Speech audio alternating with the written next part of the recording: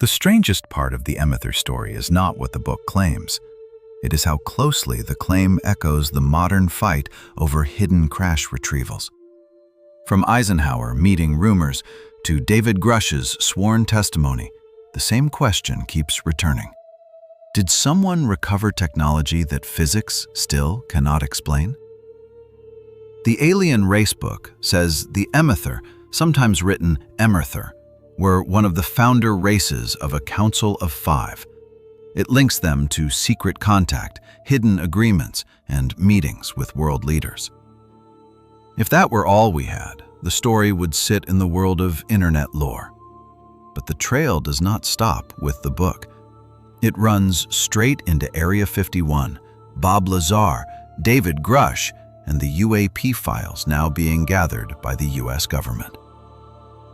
This is No Aliens. We bring you everything we found. You decide what it means.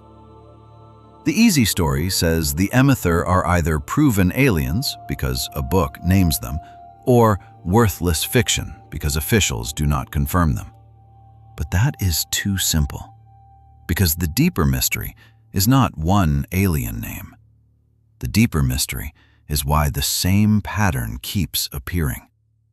A hidden facility, a recovered object, a witness who says the public has only seen the surface, and a government record system that now admits the reports are real enough to collect.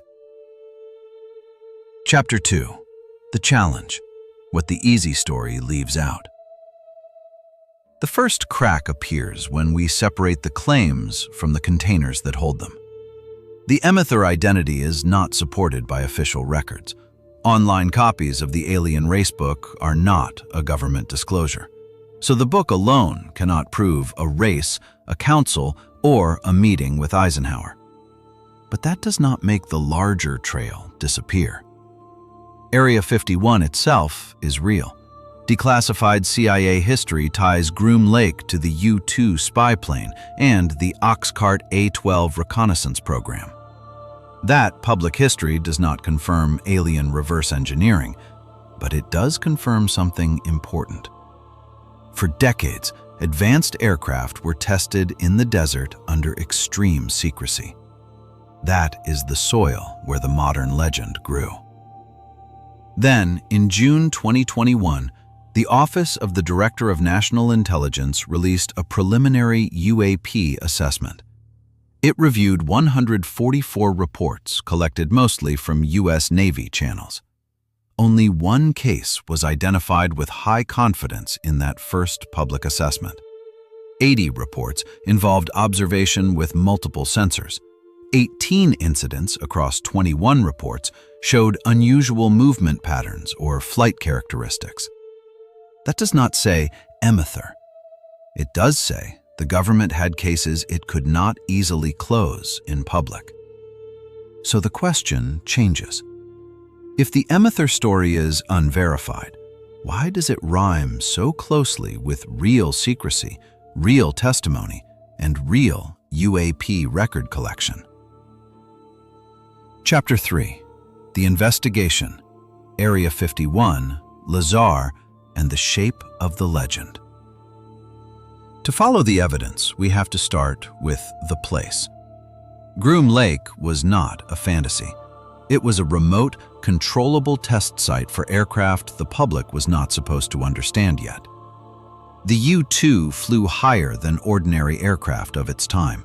The A-12 pushed speed and shape into territory that looked impossible from the ground. The secrecy was not decorative. It protected cameras, engines, radar signatures, pilots, routes, contractors, and the larger intelligence system around them. So when people saw strange lights near classified ranges, some sightings could overlap with secret aviation. But this is where the story gets harder to file away. Because in 1989, Robert Lazar appeared in Las Vegas media with a claim that changed UFO culture. Lazar said he worked at S4 near Area 51 on craft not made by humans. He described gravity propulsion, a compact reactor, and a program built around reverse engineering. He also described an element with atomic number 115 as part of the alleged propulsion story. Years later, scientists officially recognized element 115 as moscovium after laboratory synthesis. That detail keeps believers interested because the timing feels hard to ignore. It also keeps investigators cautious because the known isotopes of moscovium decay extremely quickly. Publicly verified proof for Lazar's work at S4 has not appeared. His education and employment history remain disputed, but Lazar became the bridge. Before Lazar, Area 51 was mainly a secret aircraft base in the public imagination. After Lazar, it became the place where recovered craft might be taken apart, piece by piece. That matters for the Emether claim, because the alien racebook does not enter a blank landscape. It enters a culture already trained to connect hidden bases with non-human technology. And then comes the older legend underneath it. On February 20th, 1954, President Dwight Eisenhower was in Palm Springs. The public record includes a dental emergency. Later, UFO lore transformed that absence into a secret meeting at Edwards Air Force Base. Some versions attach that meeting to alien delegations. The alien racebook folds Emether, or Emerther, into that wider mythology. Again, the public evidence does not prove the meeting, but the repetition is striking. The same structure returns across decades: contact at the top, storage in the desert, technology behind a classification wall, and witnesses asking why the public cannot see the files. Chapter 4. The Revelation. The modern files make the old legend stranger. Then, on July 26, 2023, David Grusch sat before Congress. He testified that he had been told of a multi-decade UAP crash retrieval and reverse engineering program. He said he had interviewed people with direct knowledge of those alleged programs. He also said he could not discuss some names and locations in a public setting. Grusch did not bring a craft into the hearing room. He presented claims based on information he said came from people with access. That distinction matters. Sworn testimony is not the same thing as a recovered engine on a laboratory table, but it is not the same thing as an anonymous internet post either. And this is where the case becomes genuinely strange. AARO, the All-Domain Anomaly Resolution Office, publicly says its historical review found no verified U.S. extraterrestrial technology program. At the same time, AARO maintains UAP records, reports, case summaries, and information papers.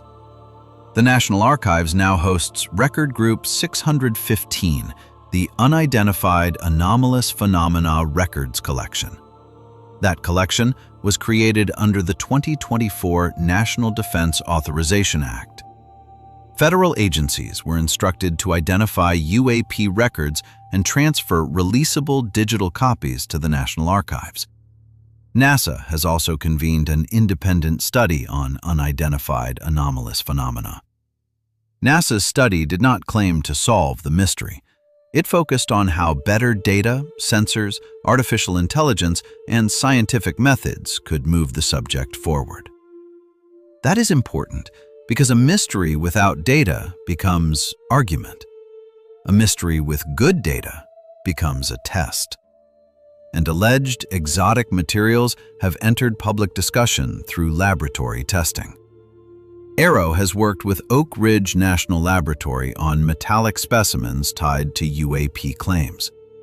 One public AARO synopsis described an aluminum and silicon alloy sample associated by submitters with a UAP event around 1995. The public summary described that sample as consistent with conventional material.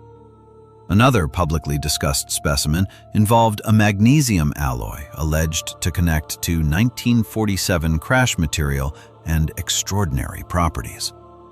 The claims around that magnesium specimen included terahertz waveguide behavior and anti-gravity implications.